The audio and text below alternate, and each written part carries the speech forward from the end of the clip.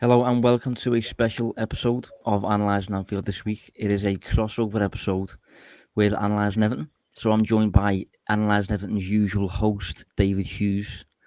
Dave, looking forward to it, mate? The show or the match? No, the show, the show. Yeah, no, the show I'm okay with, but I think the book stops there. I don't know if I'm looking forward to the match as such at the moment, but yeah, no, definitely. I think we have done a crossover show before, haven't we? At least one. So yeah, it happens, very rarely, and we know what's on the horizon when it does. So good to do one again. Yeah, I mean, obviously we're doing this for Merseyside Derby purposes, but from an Analysing Everton perspective, Dave, we haven't done a show for a few months now. So, given that you're the host for that side of things, I'm not sure if you want to give out some form of communicado official type thing. Yeah. To regular listeners of the show, where have we been? What's been going on? Yeah, I seem to forever apologise when we record because so many people reach out and ask about it, and really appreciate the support for it. We both enjoy doing it. It's just a little bit harder to pin down because we're basically at our max from a working capacity with the shows and writing that we're already doing. So it's sometimes hard to squeeze it in. Obviously, we've managed to do so here, and I promise it will come back semi-regularly. Couple of weeks, we'll maybe do a bigger drill down on Everton at the back end of what's been a tough run. Liverpool fans have maybe been keeping an eye on things, having a bit of a laugh, I imagine. But, it's been a tough run of fixtures for Everton, obviously, kind of hitting its height with the Merseyside Derby coming up, which we'll be talking about shortly. But I think there's this game, couple of other tough ones, and then fixtures settle down a little bit. So maybe when the fixtures settle down, we'll have a look and see if the form was contributing to who they were playing, or if there's bigger problems at play. But as I said, we'll probably tick a few boxes with our chat today. So we'll leave that there for now. I guess, Josh, maybe should we start with talking about the visitors, Liverpool, seeing as they're in much better form and things are a lot easier to dissect from the red side of things. Yeah, well, it's all rosy a little bit on the Anfield side. Last time, I think we faced Everton. I think it was the last time. I was an absolute mess. I think we lost a fair few, and I just felt the loss coming. It was just going to happen. Empty stadium and all that sort of stuff. And Liverpool, I think Klopp has actually said that Liverpool had a broken leg because of the centre-backs problem. And because we fixed the centre-backs problem with midfielders, we kind of broke our spine as well.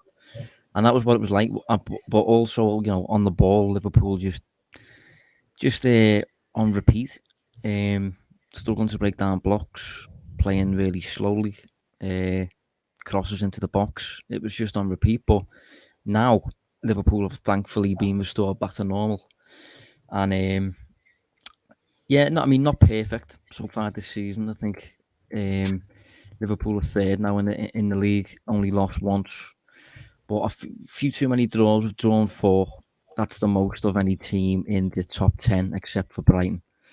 But yeah, I think Liverpool generally in a position where we can challenge for the Premier League and the Champions League this season. Just the attack is absolutely red hot, which I'm sure we'll get to. But the defence is probably what needs a tiny bit of work in terms of Liverpool's control. We lacked a lot of control against West Ham. Suffered from a loss there, our first loss of the season, and that seems to have given Liverpool a bit of a kick up the backside since that loss. And since Liverpool have played, I think, 3 times, 4-0, 2-0, 4-0. So, bit of a statement since, a bit of a, as I said, a bit of a rocket up the backside there. And they haven't been against easy sides either, Arsenal, Porto and Southampton. All been in Anfield, but I think we're seeing Liverpool go on their kind of winter run at the moment, which I'm sure you're not happy about, Dave. Yeah. Look, it really isn't a good time to be playing them. As we've talked about on the show a few times, this season it seems as though maybe some of that defensive solidity has been sacrificed a little bit to be more aggressive from an attacking point of view. If you look at the numbers, based on XG at the moment, Liverpool have got an accumulated total of 34.4. Second is Manchester City on 28.6. I mean, that's a huge difference against a really good side like City in what has only been 13 league games. Liverpool have just been blowing teams away. I guess the trade-off has been defensively. If you look at expected goals against, Liverpool rank about 4th, which is very good. Of course it is, but by their standards, you'd expect them to maybe be a little bit closer to Chelsea and City. It's 13.6 for Liverpool, and then Chelsea 12.6 and City 8.5. So that's kind of been the story of the season, hasn't it, for Liverpool, where the attack's been fantastic. Defence has looked a little bit more, I wouldn't say poor by any stretch, it's just looked more penetrable than maybe in years gone by. But as you rightfully point out, it feels like the West Ham game, the 3-2 defeat, could well be a bit of a watershed moment, or was a watershed moment, because there's 3 back-to-back clean sheets since. And that is certainly interesting from Everton's point of view, because if we look at Everton's results just quickly, over the last few weeks, they've only kept 1 clean sheet across the last 1, 2, 3, 4, 5, 6, 7. 1 clean sheet across the last 7 matches, and they scored 1 goal in the whole of November. So, you're kind of looking at a team who aren't scoring many goals but conceding them. And for that reason, Liverpool are the worst possible opponents. Well, it is funny, isn't it? Because they're literally neighbours, but it is total poles apart in many ways. As you just said there about Liverpool's attack, that is without doubt Liverpool's biggest strength at the moment. So far this season, Liverpool have taken 253 shots. Manchester City in second on 232. So Liverpool have taken about 21 shots more than Manchester City there. And Liverpool's total of 253 is joint top of Europe's top 5 leagues, alongside exactly the same amount as Bayern Munich. Obviously, Bayern Munich competing in an easier league compared to the Premier League, at least. And certain other teams, like the PSG, I think, potentially Real Madrid and the Spanish teams have actually played a game more, I think, than Liverpool. And I think one of the main things attached to Liverpool's season so far, one of the weird quirks, is that of the, I think it's 20 games played in all competitions this season, Liverpool have scored at least 2 in 19 of them, which is just ridiculous. Chelsea are the only team to keep Liverpool to 1 goal. And a lot of that you could say stemmed from them getting a man sent off and literally sitting behind the ball for the rest of the game, which Liverpool should be able to break them down. Don't get me wrong, but it wasn't attack versus defence for the final part of that game. So, as I said, Liverpool's attack is very, very hot at the minute, and it's almost a case of, if you want to get in from Liverpool at the moment, you have to score 2. That's kind of how it works at the minute. If you look at Brighton, if you look at Brentford, West Ham, they all managed to find a net twice against Liverpool to come away with a point or to come away with a win. Obviously, Everton, Dave, from your perspective, struggling a little bit in that department, but just generally then from an Everton perspective, how's things looking over there? What's it like at Goodison Park at the moment, just generally speaking, Yeah. So it's obviously really difficult at the moment. Benitez come in, and it was a controversial appointment. I'll get your thoughts on that shortly, Josh, from a Liverpool perspective. But Benitez come in, unpopular appointment. But what I would say is, first few weeks, he spoke really well, and obviously Liverpool fans listening will know that he does tend to do that. He tends to speak well of the game, and a lot of what he was saying was what fans, I believe, wanted to hear. And those first few weeks, he kind of was pulling people on his side. Everton went. It's easy to forget now because they run their in, but across their opening 7 league games, Everton only lost 1 match, and that was against Aston Villa, 3-0. Very bizarre game. I don't know if you caught it, Josh, but it was quite even, and Villa get the first goal, and kind of it was almost quick fire. They scored about 3 goals in 10 minutes. But certainly the underlying numbers painted it as a fairly even contest, so there wasn't that much to worry about. And then early October, go to Old Trafford. Obviously, we know United are United, and they were at the start of their own problems. But there was a 1-1 draw in there, and Everton played really well in that game. So, you were heading into the October international break thinking, okay, this looks like a really competitive side. Ironically, I think we recorded Analysing Everton around that period, Josh, where we were kind of, how to put this, we were more optimistic about the prospects of how Everton could perform this year. We broke it down as, Benitez quite a pragmatic manager. He can organise a team. Everton brought in some decent players to play on the counter with pace. Bringing in Townsend, Gray looked really sharp, and obviously you've got then Calvert-Lewin up top. Calvert-Lewin's obviously missed a lot of the season since, and the results have downturned as well. And I guess that is probably one of the biggest influences or impacts on Everton's form at the moment. Is they are missing key individuals. The Calvert-Lewin, Decore obviously had I think it was a broken foot, something along those lines that kept him out for about 5 weeks. Yerry Mina is probably Everton's best centre back. He's gone as well, and it's basically the spine of the team. And I think, and maybe this is a wider thing we'll come on to shortly, but a difference between Everton and Liverpool, a big one of many, I should say, is if you look at the problems and the differences in the approach to recruitment over the years. For me, Liverpool have done a really good job of, because they've got a fully aligned club and they've got a specific way of playing. They know what profiles they want on the side. They've been able to target those players recruitment wise. Everton have really done that. They bounce from manager to manager, style to style, which is kind of give you this jumbled squad of completely different like profiles. Players who don't tend to suit a certain way, who can't come in the place of one player and then replicate what they do. Really good example for Liverpool. This will be lost on half the audience, but Tomiskas coming in for Robertson, and we've seen this year. 12 months in, obviously it was a slow start, but 12 months in, he's really kind of settled into being like not only a Robertson understudy, but almost like an alternative option, where Liverpool don't really have to adjust much tactically. Now, if you look at Everton, you lose Calvert-Lewin, and who's the reserve striker? You got Salman Rondon. Okay, he might be considered tall, bit of a target man, but the reality is, in terms of player profiles, they're completely different, aren't they? Calvert-Lewin is much better in the air. He's more mobile, more agile. He brings a lot more, whereas Rondon's very, very rigid, very slow, not very mobile.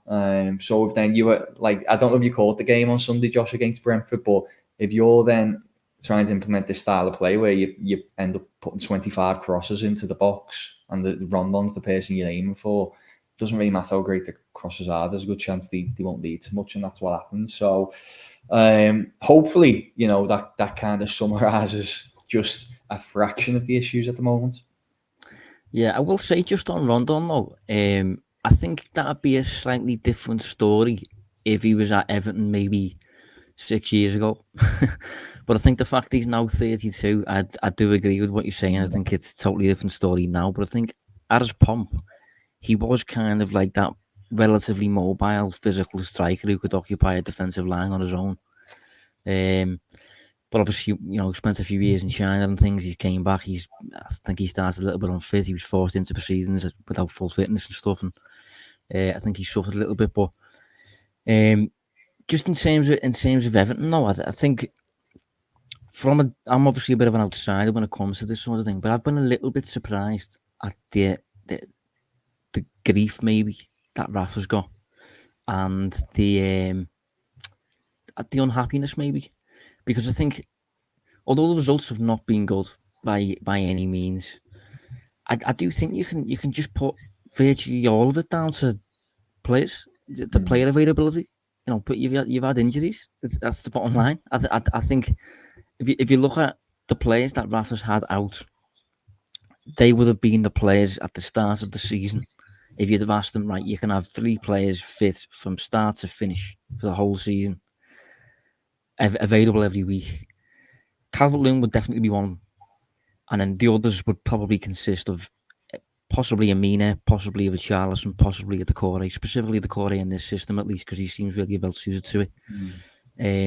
But that, that hasn't been the case. You haven't had the players available, and I think naturally results have dropped off since those players have been absent. So, although I think I've just got an email through now, literally while you were speaking, saying Rafa Benitez odds-on favourite to be the next Premier League manager sacked. Is that an actual possibility? Because from my perspective, if I was Everton's owner or whatever analysing the situation, I would absolutely admit it's not good. But I do think there's legitimate reasons why things are happening at the minute. Yeah, and so do I. And for me, I had a piece come out this morning on the Liverpool Echo. If anyone wants to check it out, red or blue. It was basically, it was about maybe 600 words about what's going wrong and how Everton got to where they are. And I don't think there's any mention of Benitez in there. Genuinely, I don't think I mentioned him once. Because for me, the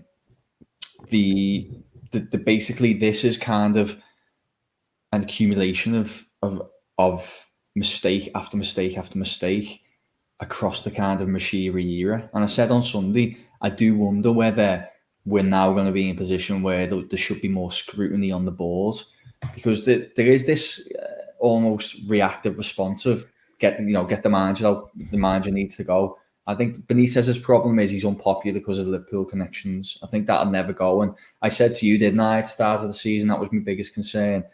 But I do believe his hands have been tied a little bit. And I think he's made some mistakes, as all managers do. We do this show. Come on, sorry. I was going to say, I think they've been very tied, to be honest. I don't think it's been a little bit. I think, considering what he had to operate with in the transfer market, and then considering the injuries he's been presented with, I think he's been really restricted, I think.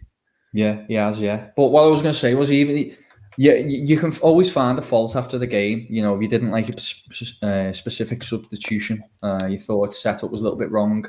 But the thing is, every manager does that. We do this show every week, and many a time we've said, I don't know why Klopp did that. I'm not sure if I agree with that substitution, or I don't think he needed to set up that way. And Klopp's, undisputed in terms of being one of the best in the game. So you can always find that ammunition. But I think what goes against Benitez, as I said, is there's a Liverpool connection there. But the general discourse for me should be aimed higher. I mean, look at this Moshiri era. He comes in. I think we're all 5 or 6 years in now, and I think you can categorically say during his time, and I don't think this is through any malicious actions by him. I think it's just sadly, he's made poor decisions again and again. But if you look at it, Everton, it's basically been a disaster. If we're going to be honest about it, it's been a disaster. Because when he come in, I try and think of that team. You'll probably remember it as well, Josh. There was a really good span of players. There was John Stones, top player, Barkley. Maybe the joy start with Barkley, but he was still a top young player. Romelu Lukaku, of course. There's a good span of players. Teams in Europe at the time. When he come in February, and that year Everton got to the semi-final League Cup, semi-final the FA Cup. I think they had a mid-table finish, and Martinez was sacked. But basically that they still had good foundations in which to build on. Now, 5 years down the line, you think Everton have spent, I don't know what the figure is now, let's say 500 million. They spent 500 million. They've had maybe 5-6 managers in that time, including interims. They've had 1,000,001 different kind of philosophies and styles, and different recruitment plans, etc. And now you look at the team that it is now. You turn to players like Andros Townsend, who's done well. Don't get me wrong, he's done well when he's come in, but you turn to him to be a regular. And this was the same player who was released by Crystal Palace in the summer. And now Everton in a position where the squad's nowhere near as good 5 years on, and you can't even spend because of FFP and the amount of mistakes that you have made in the market. So to go back to the original point, Josh, I do understand what you're saying about Benitez, and I'd agree. I think his hands have been really tied, and the issues, it's almost like the chickens have come home to roost a little bit. Yeah, and Benitez is in charge while that's happening. Yeah, That's kind of how, yeah. But I think I would look at the situation, and although it's I must under very very very frustrating and things like that as a fan, I just don't think the coach is to blame in this situation. I don't think you're gonna get anywhere from getting rid of the coach. Not, I don't know if the coach is necessarily a long term solution for Everton. I think he's more of a long term solution than Ancelotti was, though. But I do think that it's no point in getting rid of him. I just don't think I think he's suffered at the minute as a result of decisions made before him, injuries, and not being able to bring in his own players. And the players he did bring in, to be fair, have contributed. And Rafa does generally have a decent hit rate in the transfer market over the years. I'm just looking at Everton's side, actually, Dave. You just made me go back to 2016 just to have a general look at what the squad was like. There's a few players that you just probably wouldn't want around, but one player that you forgot before was Idrissa Gueye, top player. Gareth Barry was in there. Kevin Morales was about, but he was also the likes of Yannick Bolasie in there. And I'm not sure what the take is of Ashley Williams at Goodison. Really unpopular. Yeah. But the point is, it was a solid structure to build on, wasn't it? Yeah. No, there was I know what you mean. Yeah. Yeah, and there are question marks. I mean, just on then, Benitez. So you asked, do you think it's realistic that he could get sacked? I've just had a quick look now at an Everton fan page on Twitter. Fairly, solid one. Got about 50,000 followers, and they put out the Benitez debate. Because they basically say you can't keep sacking managers, but is he the right manager to stay on? What would you do? It's got just under 4,000 votes, and 45% say he needs more time, and 55% say he should be sacked. So that's actually better than I expected. That is it really? I thought it was worse than that. So that's good. Because I do think he generally needs more time. If you look at even from a Liverpool perspective, Jurgen Klopp and the strength of Liverpool's squad, we suffered from major injuries last season. I'm not sure what the Liverpool equivalent is of Calvert-Lewin, but the Liverpool equivalent of Calvert-Lewin is probably Salah or Van Dijk, really, isn't it? Yeah. And by the way, we're not comparing the two. No, of course, you're just making the point of equivalence to the in respect of the team before anyone loses the hair. Yeah, massive caveat there. Let's put a big disclaimer underneath the video here, I think. Yeah. But yeah, I mean, and Liverpool fell off a cliff. It can happen. That's just how it goes, really. And I think Everton have just kind of got to bear with it. And I think once Calvert-Lewin comes back, Mina's in the side a bit more often.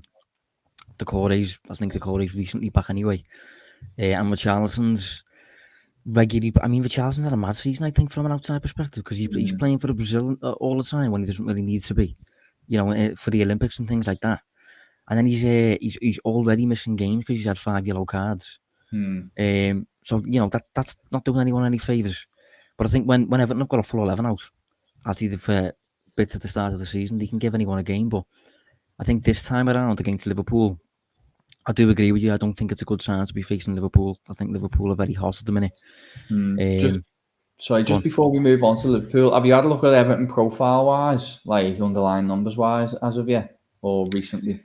Only glances. I had a glance at the general expected goal difference and the goal difference and things like that, and it generally looks like so far it's been a bit of a coin flip for Everton to win a game, because they look very middle of the road when it comes to that sort of thing. Obviously, in terms of goal difference now, they've conceded 4 goals more than they've scored. And a bit of a mixed bag in terms of results: 4 wins, 3 losses. 3 draws and 6 losses. Why is there anything you want to highlight there?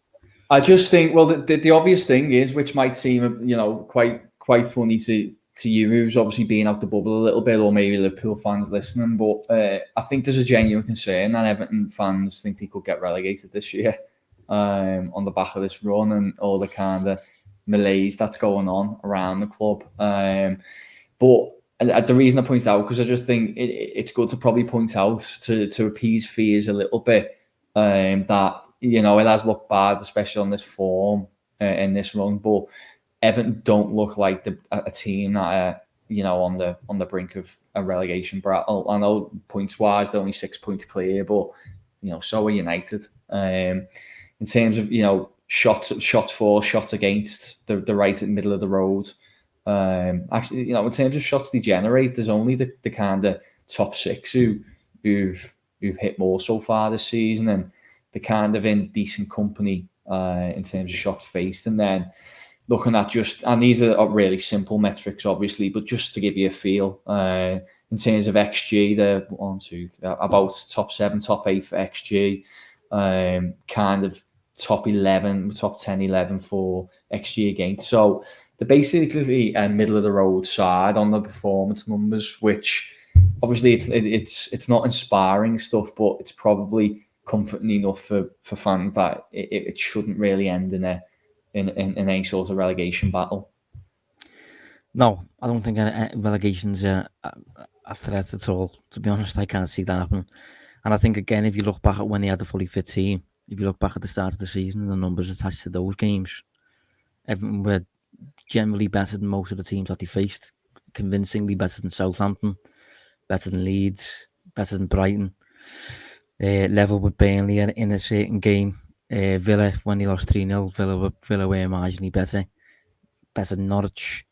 They give Manchester United a game away from home because of Snatster, I think, at the end. So yeah, I think what Everton need just generally is I think you can compare it to Liverpool a few years back. Everton remind me of Liverpool around the time that FSG took charge, because Liverpool were chasing an identity, didn't really have one. And we were signing players that, I think the window before FSG came in, Liverpool bought Joe Cole, Christian Poulsen, and somebody else who was like getting on. Someone else who was well past it. Was it that Morelos, maybe? We bought. To be honest, he was the worst buy. He was. I think he was bought though. Yeah, you're right. But he wasn't. He wasn't amongst the worst of them.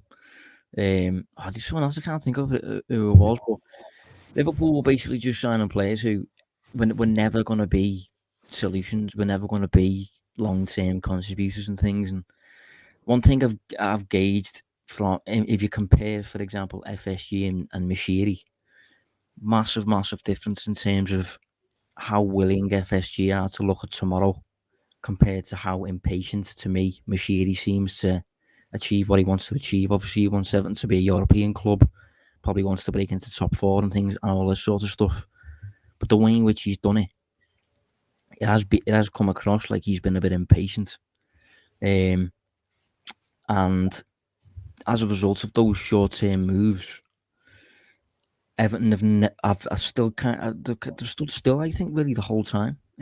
Whereas if at the start of his journey, he started to put in blocks that FSG started to put in, think of where Everton might be now, 5 years later. Everton could be now in a really healthy place based on Moshiri's time. So as a result of him... Just to add to your point, and throwing 500 million or whatever they spent in that time. Like if someone said, you've got 5 years and 500 million, go and make yourself a top side, and you'd love it. Yeah. But as a result of him wanting to speed things up, he's wasted more time, and it's set Everton back even more. And I think from a Liverpool perspective, one thing I've certainly picked up on as a fan over the years is it's an absolute nightmare when you get in the wrong player. It doesn't half set you back. You look at Man United. At Man United at the moment, they were having a good year last season, progressing, generally getting there, a little bit better every year and all that sort of stuff. It just takes one bad signing, and that bad signing was Ronaldo. Just was not needed, was not suited. Now a tactical problem. All that, and I've now fell off a cliff, and the manager's been sacked and all that sort of stuff. But getting those signings right, getting in the right players, it's so important. And having an identity running throughout your club is Everton. It's so important when it comes to aligning your decision making, when it comes to promoting academy graduates, when it comes to getting in the right coaches, searching for the right players, just all that sort of stuff. And I think that's one department where Moshiri's majorly fell short in terms of like, I think he arguably match the wealth of FSG at times, I'm guessing, but in terms of the sporting expertise, not even close. I guess before we move on a little bit more to talk about Liverpool and maybe the match specifically, I've got a two-pronged question for you then. The first is, where do you think Everton will finish this year? And the second is, I agree with everything you've said, by the way. You know the way, obviously, Liverpool were operating in that way prior to FSG, and then it only changed when FSG come in. Do you foresee that it'll change under Moshiri, or do you think that Everton could sleepwalk to something more severe because he may never learn? In terms of the second, sorry, what was the first question again? First is, where you think will you finish, or maybe finish, Right, yeah. finish on that one. No, I think in terms of where Everton will finish, let's have a quick look at the league, because I'm very reluctant to go against what I said on Analysing Everton a few months back, despite the current situation. Yeah, I'm going to stick with what I said for now. I remember revising my initial prediction for Everton because he did start the season relatively well. And I think I said that they'll finish somewhere between, was it 7th and 9th that I said? And I think although things look terrible at the minute, there's reasons behind why things are terrible. And I think as soon as Everton get the players back, and I remember saying this last year in relation to Liverpool, I remember saying at the time, as soon as Liverpool get Van Dijk back, your midfielders back in midfield, Everton will return back to normal. And that's what's happened at Anfield. And from an Everton perspective, I think the same will be the case. I think as soon as Calvert-Lewin in particular is back, and then you've got Mina back in the back line, with Charlison playing every week, hopefully, the Corey doing the kind of box-to-box role that he seems to be really capable of doing, I think Everton will just start to pick up results again.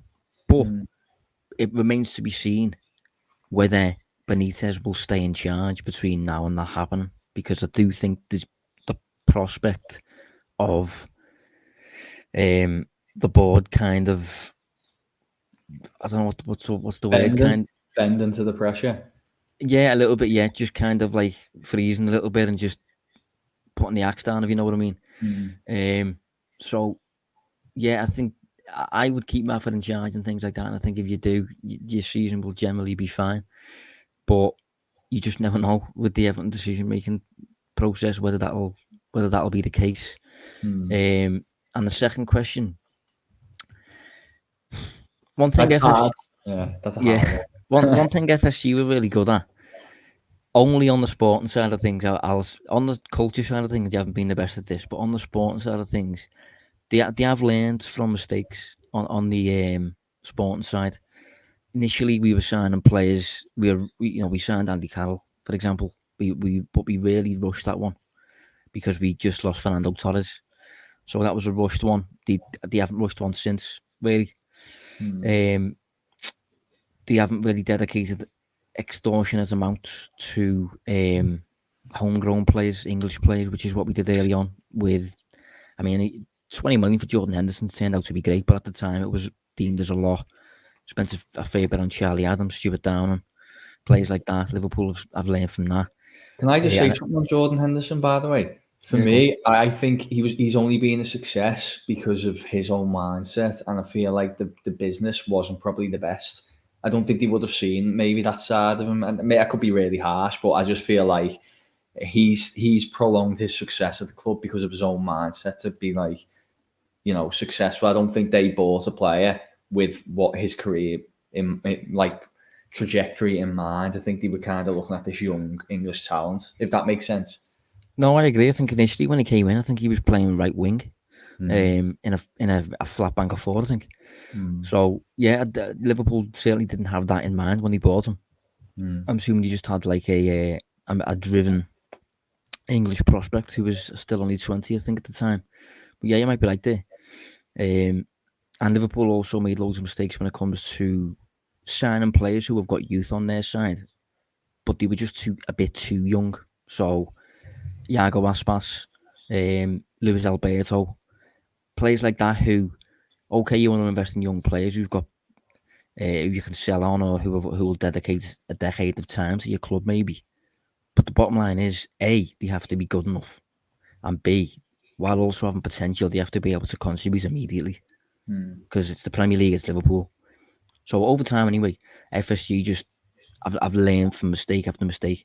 One thing with Everton, Moshiri doesn't seem to be doing that much. He seems to keep making the same mistakes, and I don't think Everton will ever really sleepwalk into major troubles. I think the squad is just generally too good to get relegated. Really, I don't want to be naive in saying that. I think there was a team a few years back, weren't they? And that was the general line that they're too good to get relegated, and they did eventually go down. It might have been Newcastle.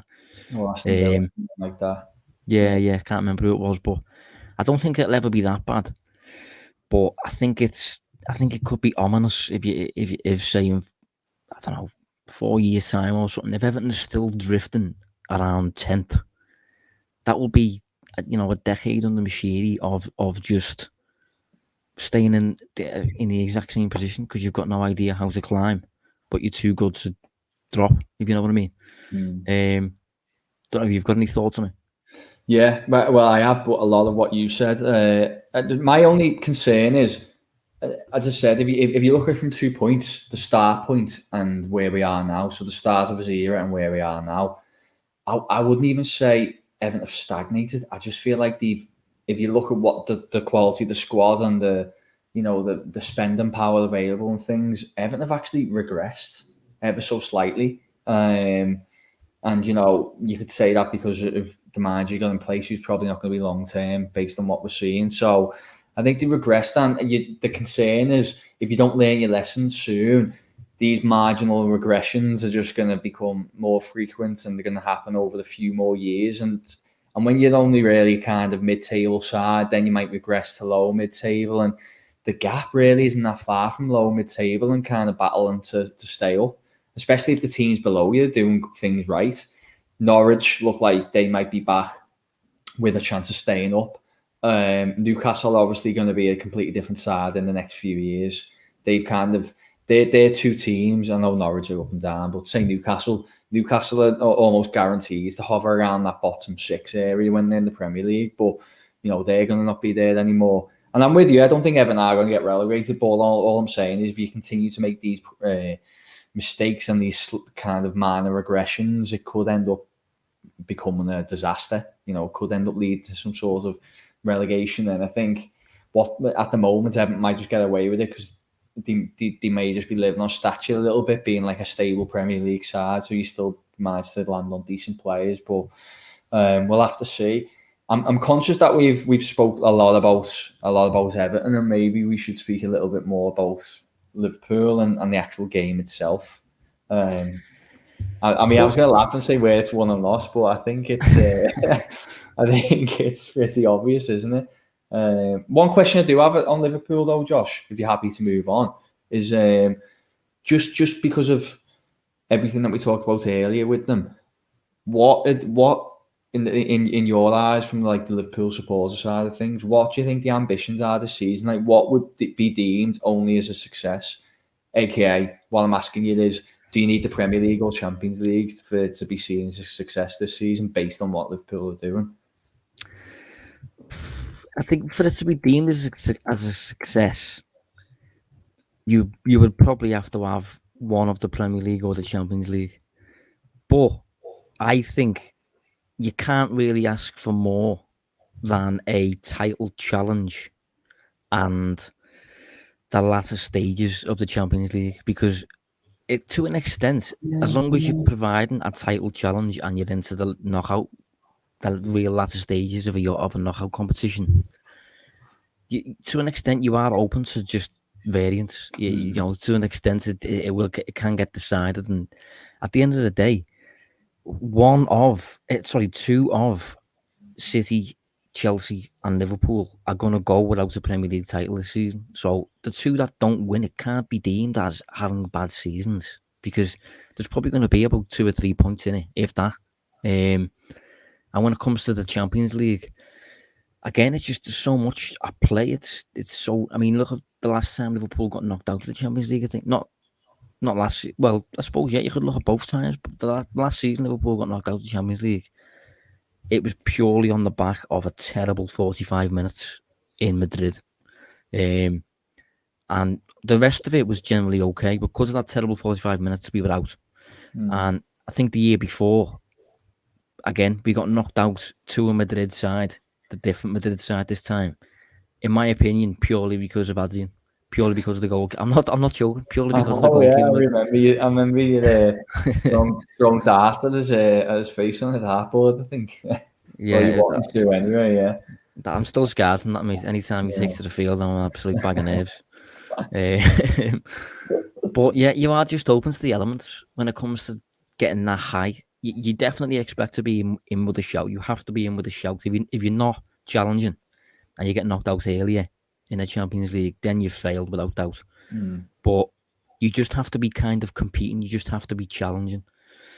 But having said that, I do think it's highly plausible that Liverpool will win one of the big two. I'm not sure what. And if I had to put money on one now, what would you say? Probably. I think probably the Champions League. Yeah, I was going to say Champions League. Why? Okay, on that then, I'll answer first. Just so you know, I'm not copying you. Who do you think is going to win the Premier League? Because I weirdly still think it might be City. You know. Yeah, I would. Yeah, I don't know. I couldn't possibly pick a team, but I think the Premier League's just more suited to a team like City, because as I said, when you're open to the elements, you open to variance. Variance just seems to sting City a bit less, and the reason it seems to sting them a bit less is because Guardiola's team just have total control of everything. You know, if you watch their games, to an extent, it's boring because they're in control of so much. There's no like competition. They've got the ball all the time. They're facing about 6 shots, 8 shots a game, and they're taking about 15, 16 themselves from better locations and everything. So, and they've got depth and all that. So, I wouldn't disagree with you, but I wouldn't put me name to any of them. But in the Champions League, I would lean towards Liverpool above City. Probably Chelsea above City as well. I was just going to say on that, it made me laugh a little bit when we were having that conversation then, because I was thinking, you could make a case really that it's kind of those three same teams who are going to probably be pushing for the Champions League, because...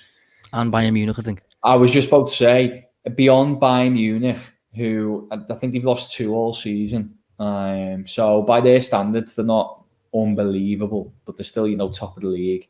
They're above Dortmund by a point or so. But beyond Bayern, who's going to be the biggest threat? Can you think? No, I do think it will come from one of those 4 teams. I don't think PSG are enough of a team to win that tournament. I think that you can't. I saw it during the week.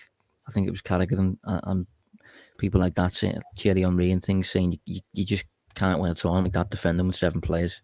You can win League One, but you can't win the Champions League against, because you're going to be coming up against elite opposition. And Liverpool defend with 11 players.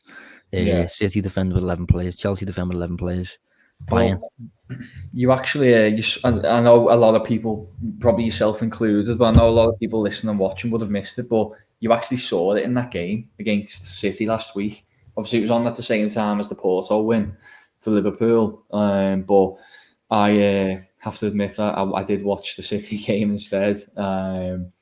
And yeah, you could just see it and summarised really well just then. 7 players. You've basically got 3 attackers, which, okay, you've got that counter-attack and threat, and maybe that ties in with it a little bit. But when you're playing teams like City, you've got to have more players defending, and City fully deserved the win. They were by far the better team.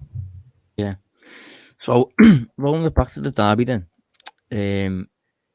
we'll do it like this. So, from your perspective, you're the inside man at Goodison, and you're feeding information to Liverpool. What should Liverpool target? What are you most worried about?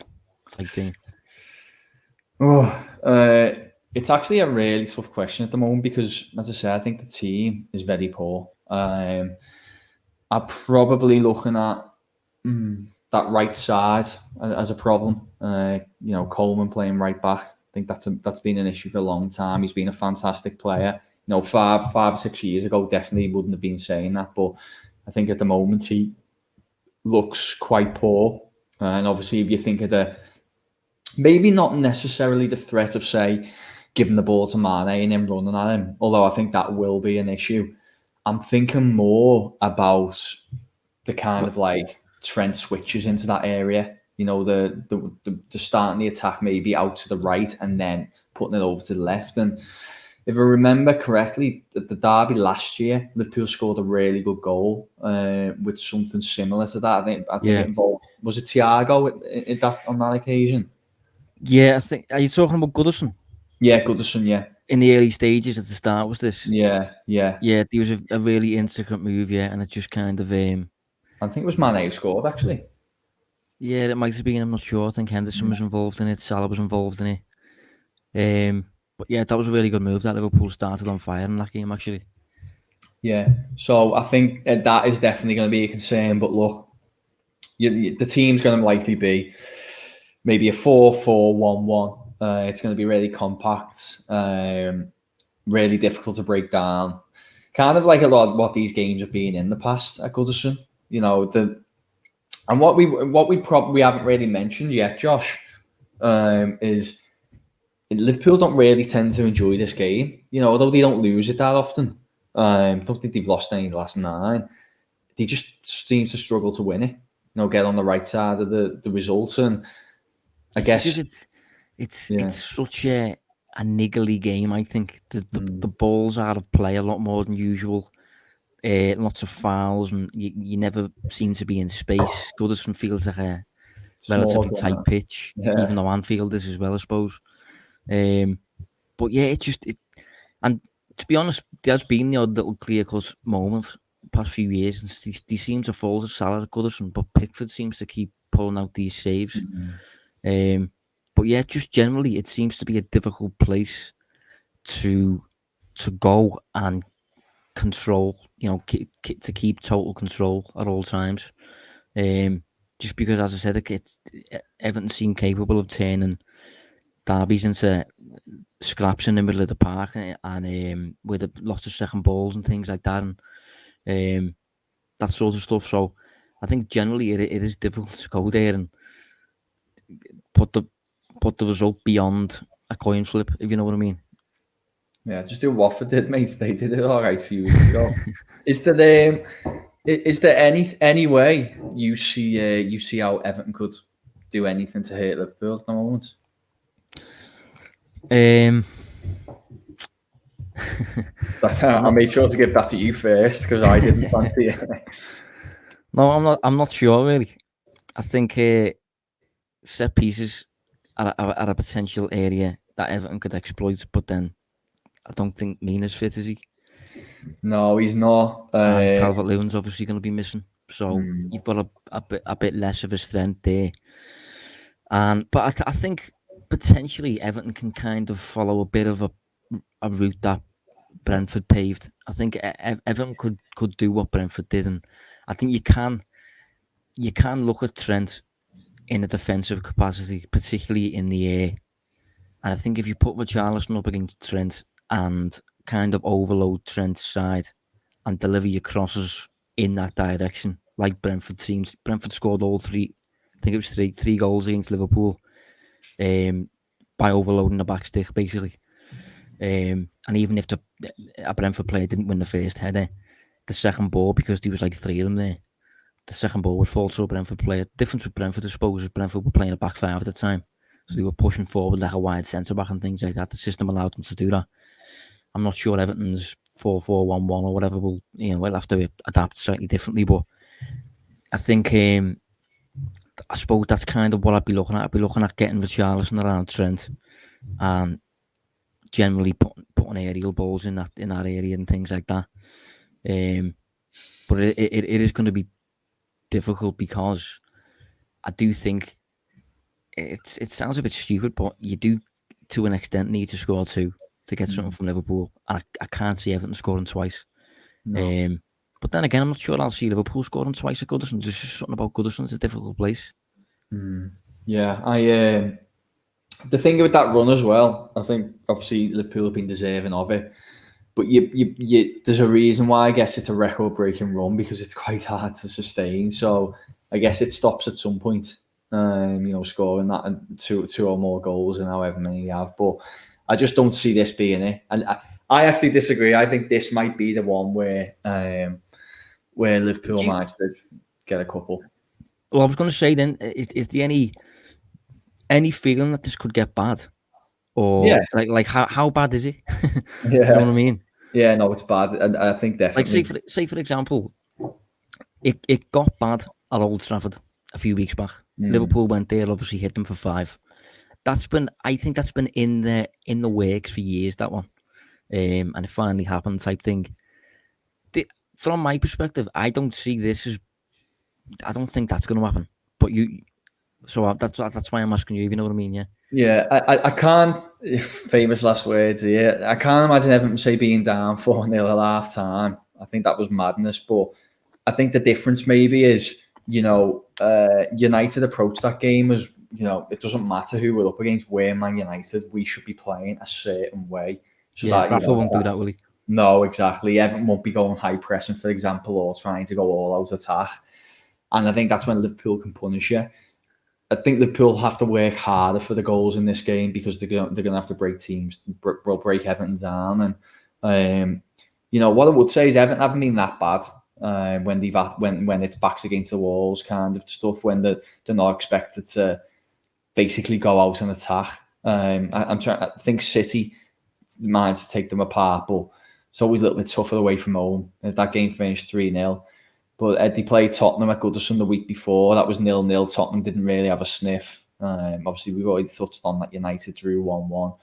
And Everton's record at home against Liverpool does suggest they normally do a decent job of keeping them at bay. But it just doesn't. It just feels like this time around, I think it's going to be just a lot more one-sided than it has been in the past.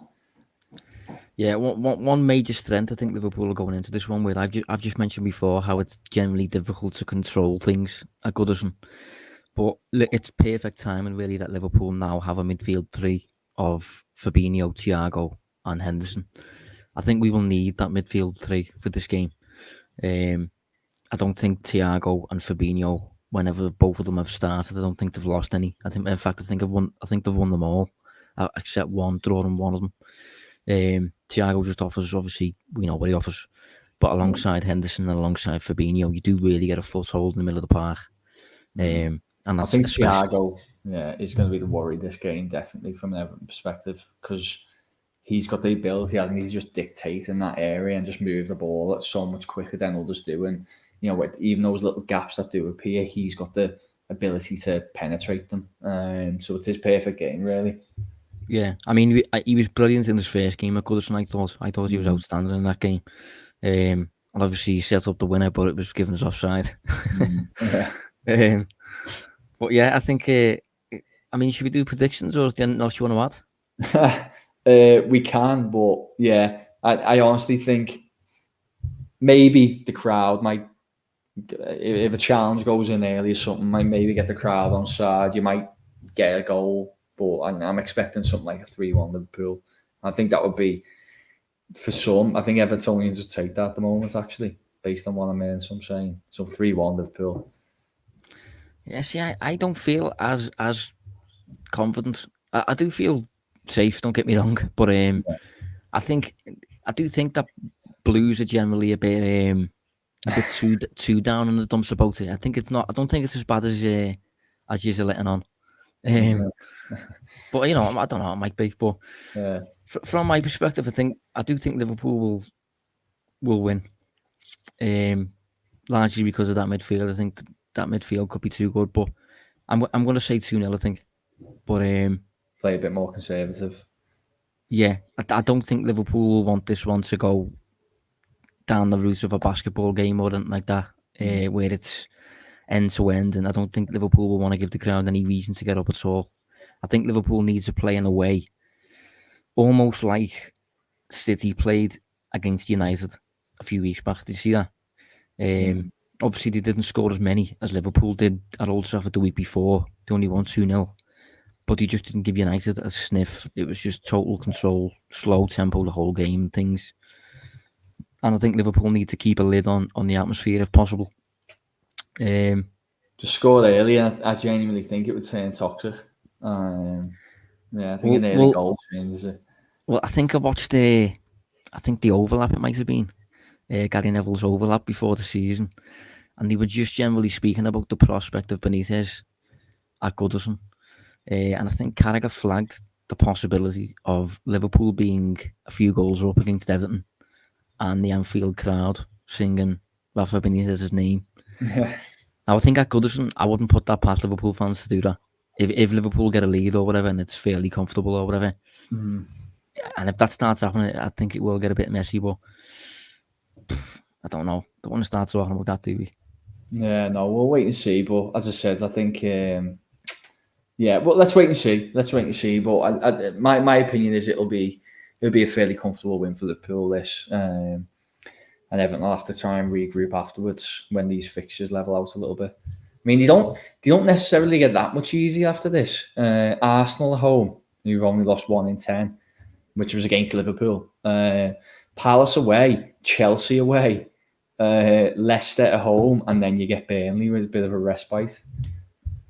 Yeah, I just hope Rafa lasts through it because I just don't see the logic behind getting rid. But I mean, should we round up then? I mean, I'm not sure if you want to pass on any round up message to Analysing Everton listeners. When will we be back? That sort of thing. Yeah, as I said, well, maybe we'll let the next couple of games play out. Maybe, you know what, Josh? Shall we plan something between us for ahead of the Palace game? So that's Liverpool out the way, Arsenal out the way, and then Palace. And we can kind of reassess there. So 2 weeks we'll do an Analysing Everton, and obviously Analysing Anfield will be as usual. Yeah, well, I mean, it is the Christmas period now, really. So there's a game every 3 days. So from an Analysing Anfield perspective, we'll do our best to fit in as many as we can.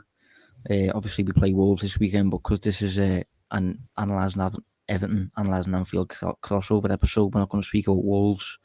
Southampton game as well, we didn't speak about, but we'll try and restore normal service next week. As always. So thanks for tuning in, Dave. Thanks for joining us, mate. Cheers, mate. Thanks, everyone. And look forward to the Merseyside Derby. We'll see you next week.